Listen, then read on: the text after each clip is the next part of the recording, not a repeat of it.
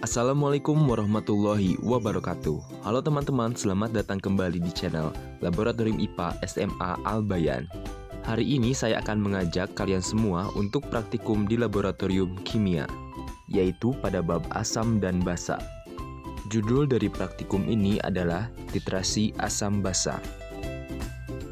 Tujuan dari praktikum ini adalah menentukan kadar asam cuka perdagangan dengan metode titrasi volumetri. Titrasi merupakan suatu prosedur yang bertujuan untuk menentukan banyaknya suatu larutan dengan konsentrasi yang telah diketahui agar tepat habis bereaksi dengan sejumlah larutan yang dianalisis atau yang ingin diketahui kadarnya.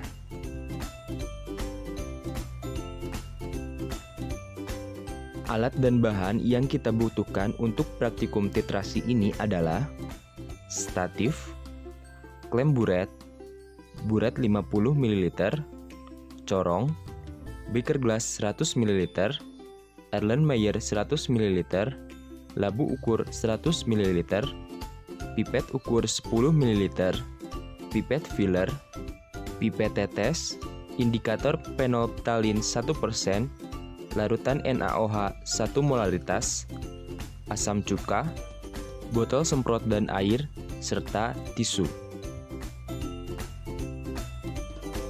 Langkah pertama dari praktikum ini adalah kita mengencerkan asam cuka yang ingin kita ketahui konsentrasinya. Caranya adalah dengan mengambil atau memipet 10 ml asam cuka dengan menggunakan pipet ukur, kemudian kita masukkan ke dalam labu ukur. Untuk teman-teman yang belum mengetahui bagaimana cara menggunakan pipet ukur, berikut adalah tutorial bagaimana cara menggunakannya. Pertama, di sini saya akan kenalkan bulb atau pipet filler yang biasanya digunakan untuk memompa atau mengambil cairan agar masuk ke dalam pipet ukur. Bulb ini terdiri atas bagian yang berbentuk seperti bola serta bagian-bagian lain yang bisa dipijit. Ada 3 titik yang bisa ditekan, ini mempunyai fungsi yang berbeda-beda, biasanya dilambangkan dengan huruf-huruf. Pertama, pada bagian atas ini dilambangkan dengan huruf A atau air, ini fungsinya adalah untuk udara. Jika teman-teman pencet atau tekan bagian ini, maka ini fungsinya adalah sebagai tempat keluar masuknya udara. Nah, sebelum teman-teman mengambil larutan, biasanya bagian yang berbentuk seperti bola ini harus dikempeskan terlebih dahulu. Cara mengempeskannya adalah tinggal memencet bagian yang berlambangkan huruf A tersebut, kemudian juga tekan secara berbarengan dengan bagian yang berbentuk seperti bola. Langkahnya adalah seperti yang saya lakukan berikut ini. Titik selanjutnya adalah titik yang berlambangkan huruf S atau suction. Jika ditekan, titik ini berfungsi untuk mengambil atau menyedot larutan agar masuk ke dalam pipet. Dan terakhir adalah titik E. Titik E ini berfungsi untuk mengeluarkan larutan pada pipet.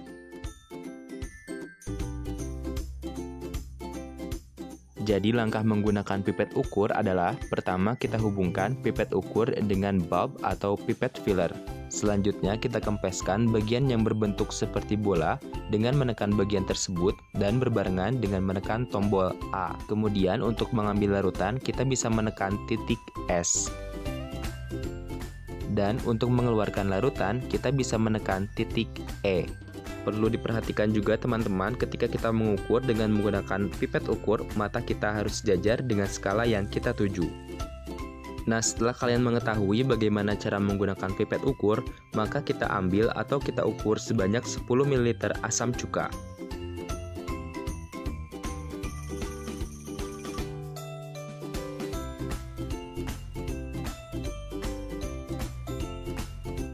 Larutan yang sudah kita ambil tadi kemudian kita masukkan ke dalam labu ukur.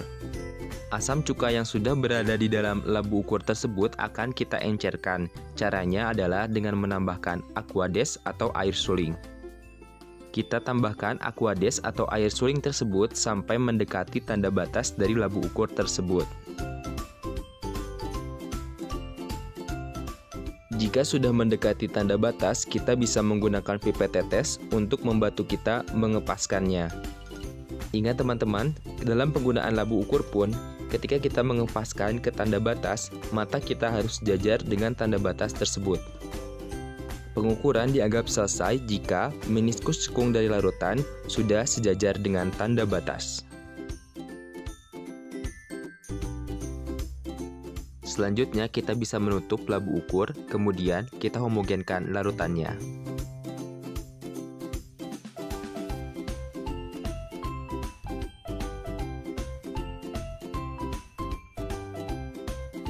Langkah selanjutnya adalah kita ambil atau kita pipet sebanyak 10 ml larutan asam cuka yang sudah kita encerkan tadi dengan menggunakan pipet ukur dan kita masukkan ke dalam labu Erlenmeyer. Selanjutnya kita akan menggunakan buret. Untuk teman-teman yang belum pernah menggunakan buret, akan saya perkenalkan bagaimana cara menggunakannya. Di bagian bawah buret terdapat keran buret. Keran buret ini fungsinya adalah untuk mengatur intensitas keluarnya cairan atau larutan yang akan dikeluarkan dari buret. Jika keran buret tersebut dalam keadaan horizontal, itu artinya menutup. Kemudian jika teman-teman putar ke arah vertikal, maka keran buret akan membuka. Semakin vertikal keran buret tersebut, maka akan mengeluarkan cairan semakin banyak. Biasanya untuk keperluan titrasi, intensitas dari keluarnya cairan atau larutan dari buret ini diatur dalam bentuk tetesan. Fungsinya adalah agar larutan yang dikeluarkan di dalam buret tidak kelebihan ketika kita menitrasi suatu larutan. Kemudian untuk tata cara mengoperasikan keran buret dalam kaitannya untuk proses titrasi, teman-teman dapat melihat video berikut ini.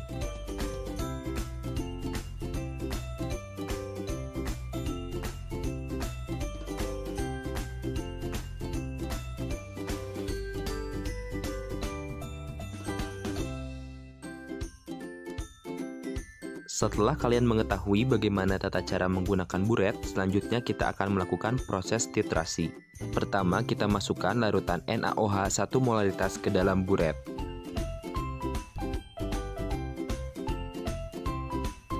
Kemudian jangan lupa untuk mengisi bagian bawah buret agar terisi pula dengan larutan. Selanjutnya kita tentukan skala awal larutan di dalam buret. Di sini saya menggunakan skala 0 sebagai skala awal titrasi yang saya lakukan. Jadi saya paskan meniskus cekung larutan NaOH pada skala 0 pada skala buret.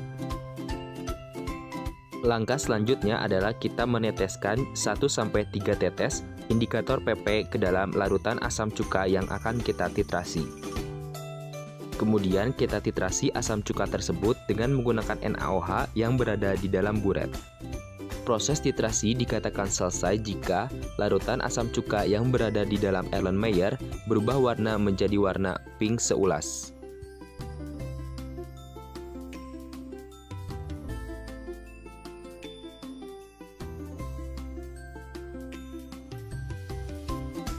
Nah teman-teman, ini adalah hasil titrasi yang saya lakukan. Jika warna sudah berubah menjadi pink seulas, langkah selanjutnya adalah kita diamkan selama 2 menit.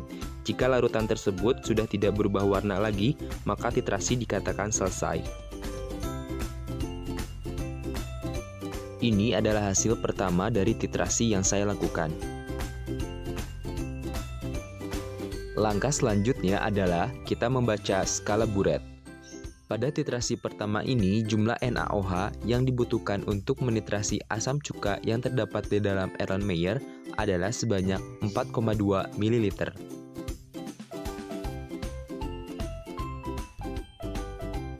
Nah, ini adalah hasil dari titrasi yang saya lakukan dengan 3 kali ulangan. Pada titrasi pertama, saya mendapatkan hasil 4,2 ml. Pada titrasi kedua, saya mendapatkan hasil 4,3 ml. Dan pada titrasi ketiga, saya mendapatkan hasil 4,3 ml.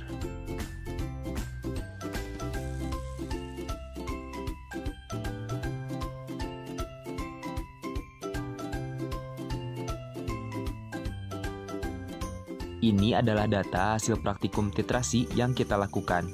Diketahui molaritas NaOH yang kita gunakan adalah 1 M. Volume rata-rata dari NaOH yang dibutuhkan pada proses titrasi adalah 4,27 ml.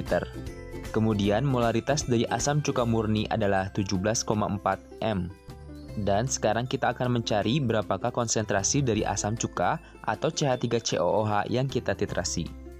Pertama, kita akan mencari konsentrasi dari asam cuka atau CH3COOH setelah kita encerkan. Rumus yang kita gunakan adalah volume dari CH3COOH dikali dengan molaritas CH3COOH sama dengan volume dari NaOH dikali molaritas dari NaOH. Volume CH3COOH yang kita gunakan tadi adalah 10 ml. Kemudian molaritas dari asam cuka itu yang kita cari. Volume rata-rata dari NaOH yang kita gunakan tadi adalah sebanyak 4,27 ml. Dan molaritas NaOH-nya adalah 1 molaritas. Maka molaritas dari asam cuka setelah diencerkan adalah 0,427 m. Selanjutnya kita akan mencari berapakah molaritas CH3COOH sebelum kita encerkan. Jika teman-teman ingat, kita memipet sebanyak 10 ml CH3COOH dari botol asam cuka. Kemudian kita encerkan ke dalam labu ukur 100 ml. Maka pengenceran yang kita lakukan adalah diencerkan 10 kali. Maka molaritas asam cuka sebelum diencerkan adalah 4,27 m. Setelah kita mengetahui molaritas asam cuka sebelum diencerkan, selanjutnya kita akan mencari konsentrasi asam cuka dalam bentuk persen. Caranya adalah dengan membagi nilai molaritas asam cuka sebelum diencerkan dibagi dengan molaritas asam cuka murni. Molaritas asam cuka murni adalah 17,4 m. Maka didapatkan hasil konsentrasi asam cuka tersebut adalah 24,54%.